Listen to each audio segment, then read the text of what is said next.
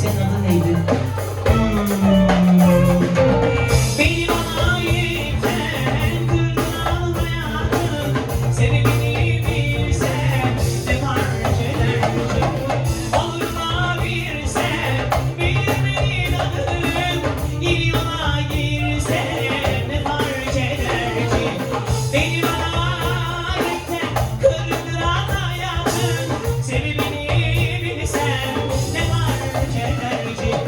Olur mu bilsem bilmenin adını. Yeni yola düşsem ne fark eder?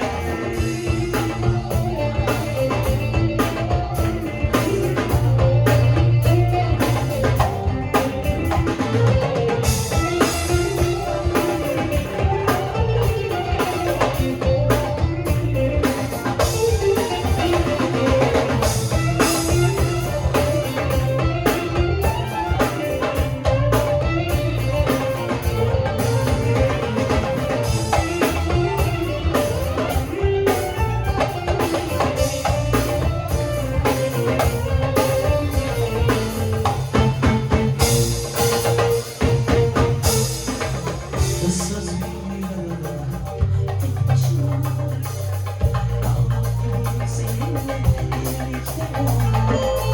Bu yolun sonu çok inandım. Yolda kalmak gibi seninle olmak. Adına bir unutsam keşke.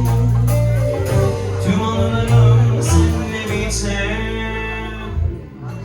Beni bana yeter kırdıran hayatım.